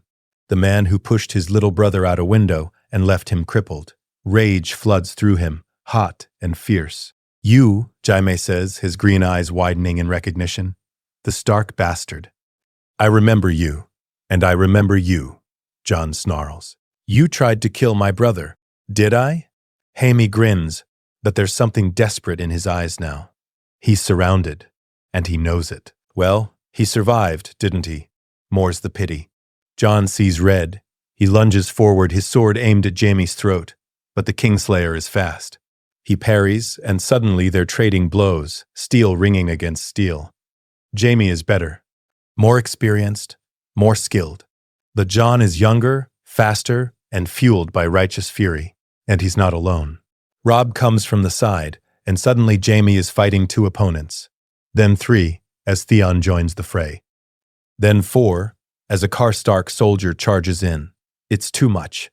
Even for the Kingslayer, Jaime's sword is knocked from his hand, and he goes down hard, pinned beneath 3 northern soldiers. He's still laughing, blood streaming from a cut on his forehead. "Well fought," he gasps. "Well fought, young wolf.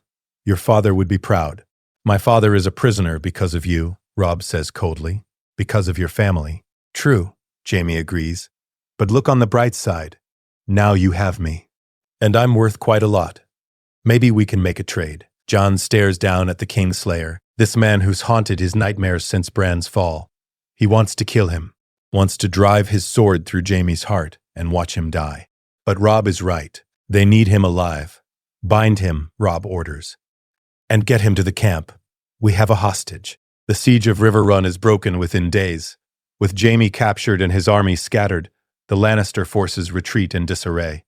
Robb's army links up with the Tully forces, and suddenly they're not just a northern army anymore. They're a real threat. Mother is waiting for them at River Run. And when she sees Robb and Jon riding through the gates, she runs to them, tears streaming down her face. "My boys," she sobs, pulling them both into a fierce embrace. "My brave, foolish boys. You came. You actually came." "Of course we came," Robb says, his voice thick with emotion. "We're going to save Father. We're going to bring him home." Mother pulls back, and Jon sees the fear in her eyes. "There's something you need to know," she says quietly. "Something I learned in King's Landing. About Jon." Jon's stomach clenches. "What about me?" Mother looks at him, and there's something in her expression he's never seen before. Something that looks almost like awe. "Your mother," she says softly. "Jon, your mother wasn't some tavern wench or camp follower. She was..." But before she can finish, a commotion breaks out at the gates. A rider has arrived, his horse lathered with sweat, his face pale with exhaustion. "My lords," he gasps. "News from King's Landing. Lord Stark," he breaks off, and Jon feels his heart stop. "What about Father?" Robb demands. "What's happened?" The rider looks up, and there are tears in his eyes. "He's dead, my lord.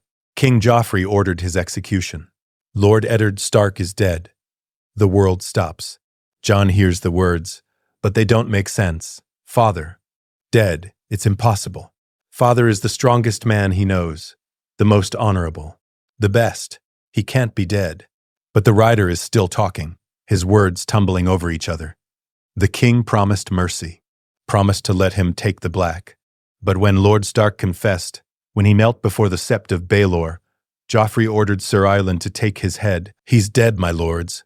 Lord Eddard Stark is dead."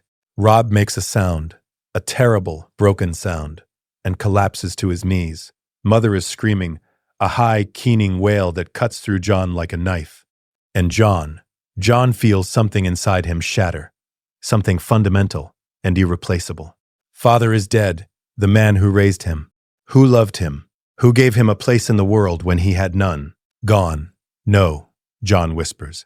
No, no, no. He falls to his knees beside Robb, and the two brothers cling to each other, sobbing like children. Around them, the northern lords are shouting, cursing, calling for vengeance. But Jon barely hears them. All he can hear is Father's voice from that last day in Winterfell. "You are a Stark. You might not have the name, but you have the blood. Never forget that." "I won't forget," Jon whispers through his tears. "I swear, Father, I won't forget." The Council of War is held that night in Riverrun's Great Hall. The Northern Lords are there, along with the River Lords who've joined Robb's cause. Everyone is angry, grieving, calling for blood. "We march on King's Landing," the Great Jon roars. "We tear down the Red Keep stone by stone and mount Joffrey's head on a spike." "Aye," the other lords shout in agreement. "Death to the Lannisters! Death to the boy king!" But Robb sits silent at the head of the table, his face pale and drawn. Jon is beside him, equally silent. They're both still in shock, still trying to process the impossible reality. "Father is dead, my lords," Mother says, standing. Her face is composed now, though her eyes are red from crying. "We all want vengeance. We all want justice. But we must be smart. The Lannisters still hold Sansa. If we attack King's Landing, they'll kill her." "Then what do you suggest, my lady?" Lord Karstark asks. "That we do nothing? That we let Ned's murder go unavenged?" "No," Mother says firmly. "We fight. But we fight smart. We take the Riverlands. We secure our position. We make alliances. And when we're strong enough, when we have the power to actually win, then we march on King's Landing." "And in the meantime?" the Great Jon demands. "What do we do in the meantime?" "We crown a king," a voice says from the back of the hall. Everyone turns to see Lord Umber standing, his massive frame filling the doorway. "We crown a king," he repeats, walking forward. "The Lannisters have their king. The Baratheons have their kings. Stannis and Renly both claim the throne. Why shouldn't we have ours? What are you saying?" Robb asks, his voice hoarse. The Great Jon draws his sword and kneels before Robb, laying the blade at his feet. "I'm saying you're the king in the north, Robb Stark. Your father was murdered by a southern king. Your sister is held hostage by southern lords. Why should we bow to any of them? The north has had its own kings for thousands of years. Let the south keep their iron throne. We'll have our own kingdom, with you as our king." A murmur runs through the hall. Jon sees the other lords looking at each other, considering. And then, one by one, they begin to kneel. "The king in the north, the king in the north." The chant builds, growing louder and louder, until the entire hall is shouting it. Robb looks overwhelmed, terrified, but also, Jon can see it in his eyes, tempted. "Robb," Jon says quietly, "you don't have to do this. We can still what?" Robb asks, turning to him. "Still bend the knee to Joffrey? To the boy who murdered our father?" "No, Jon. The Great Jon is right. The North should be independent. We should have our own king, but will you stand with me?" Robb asks, gripping Jon's arm. "Will you be my brother, my advisor, my right hand? Will you help me lead the North?" Jon looks at his brother, his king, and sees the desperation in his eyes. Robb needs him. The North needs him. And Jon has never been able to say no to his family. "Always," Jon says, "I'm with you. Until the end." Robb pulls him to his feet, and together they face the assembled lords. "The king in the north," the Great Jon roars, and the hall erupts in cheers. And just like that, the War of the Five Kings becomes something more. The North has declared independence, and Robb Stark, the young wolf, is its king. The war that follows is brutal and bloody. Jon fights in battle after battle, always at Robb's side. The Whispering Wood, The Battle of the Camps, Oxcross, the Crag. They win every battle. Robb is a brilliant tactician, and with Jon's counsel and the loyalty of the Northern Lords, they're unstoppable. But winning battles isn't the same as winning the war. Stannis Baratheon attacks King's Landing and is defeated at the Blackwater. Renly Baratheon is murdered by a shadow. The Tyrells join the Lannisters. And suddenly, Robb's position isn't as strong as it seemed. "We need allies," Jon says one night, studying the map in Robb's tent. "We can't fight the entire South alone." "Who's left?" Robb asks wearily. "Stannis is broken. Renly is dead. The Tyrells are with the Lannisters. Who else is there?" Jon stares at the map, thinking. And then his eyes fall on a name he's tried not to think about for months. The Wall, the Night's Watch. "The North," Jon says slowly. "We need to secure the North. All of it. Including the Wall." "The Night's Watch doesn't take sides in the wars of the realm," Robb says. "No. But they need men. Supplies. Support. And winter is coming, Robb. Real winter. If the Watch falls, if the Wall falls, then none of this matters. The Lannisters, the Iron Throne, the war, none of it will matter if the dead come south." Robb looks at him, and Jon sees understanding dawn in his eyes. "You want to go to the Wall. I want to help them, to make sure they're ready for what's coming. And maybe I can recruit for them. Send them men and supplies. Make sure the North is protected." "You'd be leaving," Robb says quietly. "Leaving me?" "Only for a while," Jon says. "And you don't need me anymore, Robb. You're the king in the North. You have advisors, generals, lords who've sworn to you. But the Wall needs help, and I can give it to them." Robb is silent for a long moment. Then he nods slowly. "All right, go to the Wall. Help them. But Jon," he grips Jon's shoulder, his eyes intense. "Come back. When you're done, come back. I need you. Not as an advisor or a general, as my brother." "I will," Jon promises. "I'll always come back." The Wall is even more massive than Jon imagined. It rises 700 feet into the sky, a vast barrier of ice and magic that stood for 8,000 years. And it's undermanned, undersupplied, and falling apart. Jon spends months at Castle Black, working with the Lord Commander, a gruff old man named Jorah Mormont, to shore up the Watch's defenses. He brings supplies from Winterfell, recruits men from the North, trains with the Rangers, and learns about the threats beyond the Wall, the wildlings, the others, the long night that's coming. And he learns something else, too. He learns about himself. One night, Lord Commander Mormont calls him to his solar. The old man looks grave, and there's a letter on his desk. "Jon Snow," Mormont says. "Sit down. We need to talk." Jon sits, his stomach clenching with anxiety. Has something happened? Is it Robb? Mother? Bran? "I received a letter," Mormont says. "From your mother, Lady Catelyn Stark." Jon's eyebrows rise. "Mother wrote to the Lord Commander. She told me something," Mormont continues. "Something about your birth, about who you really are." Jon's heart starts to pound. "What do you mean?" Mormont slides the letter across the desk. Jon picks it up with trembling hands and reads, and his world turns upside down. "Jon, there's something you need to know. Something your father, Ned, made me swear never to tell you. But he's gone now, and you deserve the truth. You're not Ned's son. You're his nephew. Your mother was Lyanna Stark, Ned's sister. And your father was Rhaegar Targaryen, the Dragon Prince. Ned took you in to protect you, to hide you from Robert, who would have killed you if he'd known. He claimed you as his bastard, let the world think he'd broken his marriage vows, all to keep you safe. You're not Jon Snow. You're Jon Targaryen, and you have a claim to the Iron Throne. I'm sorry I couldn't tell you sooner. I'm sorry for the years I spent resenting you, hating you, when you were innocent of everything. But I want you to know, I love you. You are my son in every way that matters, and I'm proud of you." Your mother, Catelyn Stark Jon, reads the letter 3 times, and each time the words make less sense. Targaryen. He's a Targaryen, the son of Rhaegar Targaryen and Lyanna Stark. Not a bastard. A prince. "I don't understand," he whispers.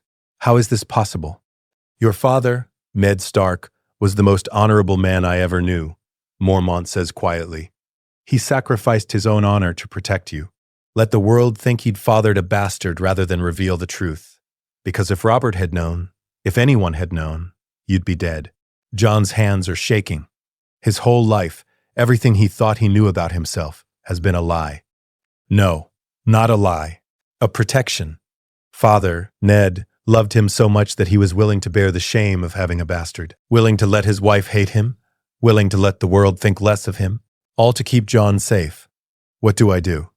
Jon asks, looking up at Mormont. What am I supposed to do with this information? Mormont leans back in his chair, studying him. That's up to you, lad. You could press your claim, march south and try to take the Iron Throne. You'd have a better claim than any of the current claimants. Better than Joffrey, better than Stannis, better than anyone. But you'd be starting another war. More bloodshed. More death. And for what? A throne? Power? Mormont shakes his head. Or you could stay here, join the Night's Watch. Give up any claim to titles or lands or thrones. Dedicate your life to protecting the realm. All of it. Not just the North or the South, but everyone. Jon stares at him, his mind reeling. Join the Night's Watch. Give up everything. His name, his claim, his family. But also give up the burden, the weight of expectation, the politics and intrigue and endless grasping for power. He could just be Jon, a brother of the Night's Watch, a protector of the realm. I need time, Jon says. Time to think. Take all the time you need, Mormont says. But Jon, whatever you decide, know this. You're a good man. Honorable, brave. Your father, both your fathers, would be proud of you. Jon spends the next week walking the wall, thinking, trying to figure out who he is and what he wants. He thinks about Robb, fighting a war in the south, about Mother, grieving for father, about Bran and Rickon, growing up without their father, about Sansa, still held hostage in King's Landing. He thinks about the North, and the Wall, and the threats that are coming. And he thinks about the letter, about the truth of his birth. You're Jon Targaryen, and you have a claim to the Iron Throne. But does he want it? Does he want to be a king? He thinks about Robb, burdened by the crown. Thinks about Joffrey, drunk on power. Thinks about all the kings and queens throughout history who fought and killed and died for a throne. And he realizes something. He doesn't want it. Any of it. He doesn't want to be a king. Doesn't want to rule. Doesn't want to play the Game of Thrones. He just wants to protect his family, his home, the people he loves. And the best way to do that, the only way, is to make sure the wall stands. To make sure the North is protected. To make sure that when the long night comes, the realm is ready. Jon returns to Lord Commander Mormont's solar and kneels. I want to take the black, he says. I want to join the Night's Watch. Mormont studies him for a long moment. You're sure? Once you say the words, there's no going back. You'll give up all claims, all titles. You'll be a brother of the Watch until the day you die. I'm sure, Jon says. This is where I belong. This is where I can do the most good. Mormont nods slowly, and there's approval in his eyes. Then rise, Jon Snow. Or should I say, Jon Targaryen. Rise and prepare to say your vows. Just Jon, Jon says, standing. I'm just Jon. The ceremony is held in the God's Wood at Castle Black, before a heart tree that's smaller and younger than the one at Winterfell. Jon kneels in the snow, surrounded by his new brothers, and speaks the words that will bind him for life. Night gathers, and now my watch begins. It shall not end until my death. I shall take no wife, hold no lands, father no children. I shall wear no crowns, and win no glory. I shall live and die at my post. I am the sword in the darkness. I am the watcher on the walls. I am the fire that burns against the cold, the light that brings the dawn, the horn that wakes the sleepers, the shield that guards the realms of men. I pledge my life and honor to the Night's Watch, for this night and all the nights to come. When he rises, he's no longer Jon Snow, no longer Jon Targaryen. He's just Jon, a brother of the Night's Watch, and he's finally found where he belongs. 3 years later, the war in the South has ended, not with a bang, but with a whimper. Robb Stark, the king in the North, negotiated a peace with the Iron Throne. The North and the Riverlands are independent now, their own kingdom, with Robb as their king. Sansa was returned safely. The Lannisters kept the South. It's not a perfect peace, but it's peace. And John is Lord Commander of the Night's Watch now. Jorah Mormont died beyond the wall, and the brothers elected John to lead them. At 20 years old, he's the youngest Lord Commander in history, but he's earned it. Through courage, honor, and sacrifice. He's also done something no Lord Commander has done in thousands of years. He's made peace with the wildlings. The free folk, as they call themselves, were fleeing south from the others, the ancient enemy that's waking beyond the wall. John met with their leader, a woman named Ygritte, and negotiated a truce. The wildlings would be allowed south of the wall, given lands in the gift, in exchange for fighting alongside the Watch when the others come. It was controversial. Many of his brothers opposed it, but John held firm, because he knows what's coming. He's seen it in the reports from the Rangers. He's heard the stories from the wildlings. The others are real. The long night is coming. And when it does, they'll need every sword they can get. John stands atop the wall, looking north into the vast expanse of the haunted forest. The wind is cold, biting, and he can see his breath misting in the air. Winter has come. Behind him, he hears footsteps. He turns to see Robb approaching, wrapped in furs, a crown of bronze and iron on his head. "Brother," Robb says, embracing him. "It's good to see you. And you, Your Grace," John says with a smile. "None of that," Robb says, punching his arm. "I'm still just Robb to you." They stand together, looking north, and John feels a sense of peace. His brother is here. His family is safe. The North is protected. "Mother sends her love," Robb says. "She wanted to come, but Bram needed her. He's learning to walk again, you know, with the help of a wildling woman, a greenser. It's remarkable." "That's wonderful," John says, genuinely happy. "And Rickon, growing like a weed. He asks about you constantly. Wants to know when Uncle John is coming home." Uncle John. The title makes John smile. "Soon," he says, "when the wall is secure. When I know the realm is safe. And when will that be?" John looks north again, at the darkness gathering beyond the trees. "I don't know," he says honestly, "but I'll be ready." "We'll all be ready." Robb nods, understanding. Then he reaches into his cloak and pulls out a rolled parchment. "I brought you something," he says. "A royal decree from the king in the north." John takes it, curious, and unrolls it. His eyes widen as he reads. "By order of Robb Stark, first of his name, king in the north and the trident, Jon Snow is hereby legitimized and recognized as Jon Stark, trueborn son of Eddard Stark and brother to the king." Jon stares at the parchment, his throat tight. "Robb, I can't. I'm a brother of the Night's Watch.